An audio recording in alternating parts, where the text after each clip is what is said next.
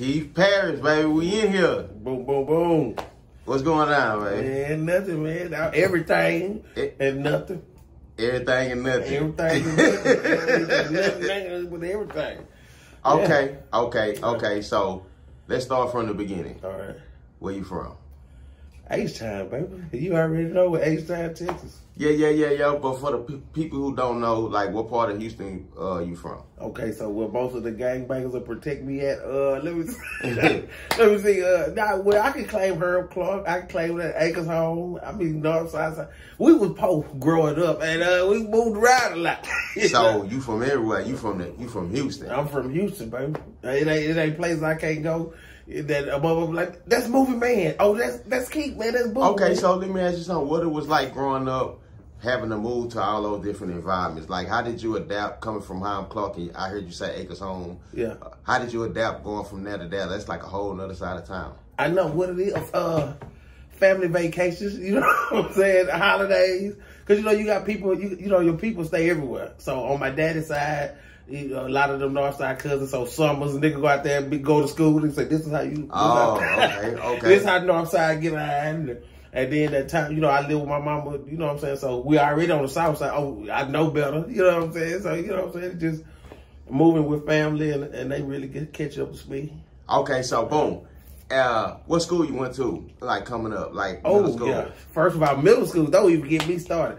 Johnston, I went to Johnston for a minute. That's on the southwest side. Yeah. Fondren, and I went to what's that? No, Ridgegate. Nah, what's that? I can't think of the other, but yeah, bunch of middle school. You know what I'm saying? Okay, so back then, was you looked at like? Oh, and I went to Spring Oaks.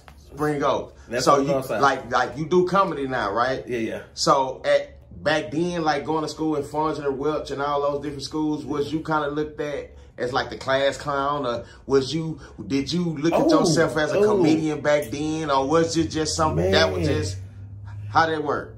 Good question. You know, that's a sexy question because it was weird though because we was bullied. We was we was only funny after we got our ass whooped or while we was running.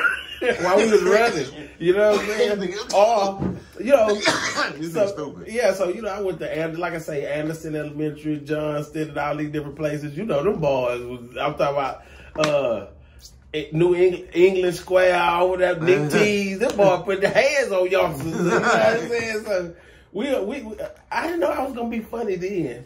But I did. I'm lying. Because, you know, we had to laugh about what happened. And then we laughed about what we was going to do the next day. You know what I'm saying? Yeah, we came up with a plan like, man, look, he got your ass this time. Okay, so, you know, to people who from the opposite side of the spectrum, they might look at that shit as like a dangerous lifestyle. As a kid, did you feel like you was in danger, or did you just used to this type of shit because that's where we came from? You know, another good question. I got used to it. Believe it or not, you know what I'm saying? I actually got used to it. But you never looked at it like, this is violence, this is like... Oh, yeah, I definitely, every day, this is not right. You know, that's one of the questions, you know, I don't know if you ever got jumped before, but that's one of the... Why? You know what I'm saying? You constantly want to know what you do or why you here. And I realized at an early age is because my mom need a better job in this mother. But she had to, she did, you know, I love her to death, man. And I'm thankful for them experiences because, believe it or not, through those poverty times is where we came up with characters, where we came up with you know what I'm saying, where we came up with different stuff. And I knew then that I wanted to make people, you know, feel better. You know what I'm saying? Make people laugh and stuff like that. And that's where the darkness of my comedy come from, actually. You know what I'm saying? Okay, so let me speed up a little bit. So let's say at that time when you realized that you wanted to make people feel better because of those type of experiences, was you in high school at that time, or had you reached high school at that time, or we still talking middle school? We still talking middle school, bro. We still talking, you know what I'm saying? I got kicked out of that's why I had to go to the north side, actually. I got kicked out of the whole, no, that was Welch, my last middle school. I got kicked out of Welch, being, you know, little old manish nigga, you know what I'm saying? And yeah, so I went to Spring Oaks out there. And so, you know, Okay, so what was it like going to Spring Oaks coming from? Because where we from, we hear shit like Spring Gulch, we automatically think white folks. Yeah. Oh, this finna be, you know what I'm saying? Yeah. But like, was it exactly what we expect coming from where we come from? I'm talking about very accurate. It was a lot of Caucasians and even the black people that out there was, you know, you can tell the roots was starting to be. Yeah. But yeah, it was extremely white out there, man. And but here was the difference though. With those white people, it seemed like they felt bad for the black people, so they went out. At least the white people that I was around went out of their way for us, man. As far as I learned how to play chess, ballroom dancing. Okay, I'm glad you said that. So those type of things wasn't even introduced to you where you came from. Like you say, you learned chess and what was it? Ballroom dancing. And like when you was coming from like Fondren and all that. That wasn't introduced to you. That type of lifestyle wasn't introduced to you at that time. What you trying to go, man? I'm just saying because I love black people. I'm just I just want to say that I just want to show that the difference is in coming from a black area and moving to a predominantly white area. Right. And certain advantages it is to stand over there because chess is the game of life. You know what I'm saying? I won't touch nothing political. Listen, you know what I'm saying? What happened? You know, and you could look at it like that.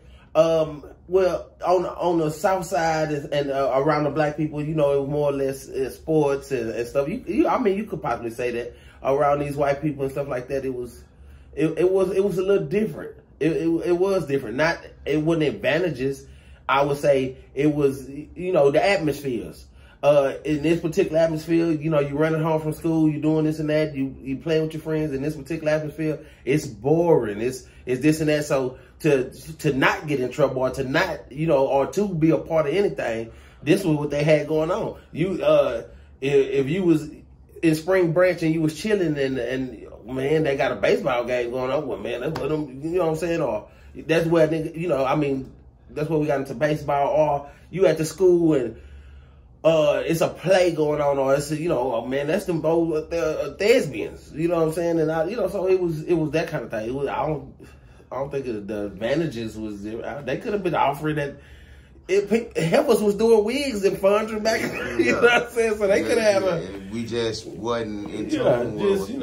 It was other stuff going on in this particular, you know, area that was more concerning or more cause for me to be aware of this versus you get in this atmosphere. You ain't got to worry about people chasing you home from school, so you get a lot of time to look at some of them pamphlets and brochures that the school is doing. Yeah. You know what I'm saying? The school is passing out. And, you know, so when we left Spring Branch, they handed out stuff that we can do, you know, after school and all this other kind of stuff. And, you know, you looking at it like, man. But then after a while, you pick it up. And, you know what I'm saying? Okay, so moving on to, like, high school. What high school you went to? Let's say that first. Spring Woods. Is that in Fighting Tiger? Yeah. That's in Spring Branch, North Side. What was it like going up? Man, it was live, man. Until I was missing a tooth.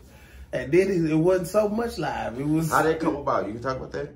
Yeah. What? It's legend. First of all, that story of me losing my tooth in Spring Branch is legendary. Now, there's some niggas out there that might try to discredit, but this is how the story go. I was showing out.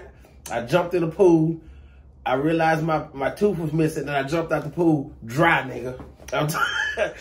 Dry. I was not wet. Once I came out that water, I was dry. Walking to the crib like, something ain't right. Because I had people out there with me. And you know, when you get out the pool, you're like, hey, man, something don't feel right. Well, you know, and you ask them, hey, man. And I smiled like, oh, they give you that, oh, shit. Damn. You ain't going to ever be able to smile again. Just stop it.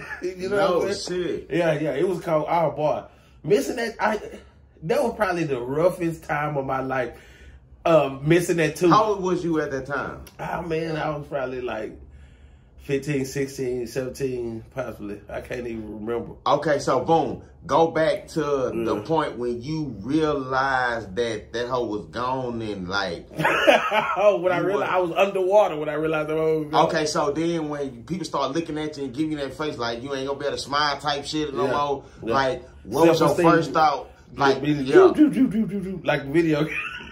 So boom. Even with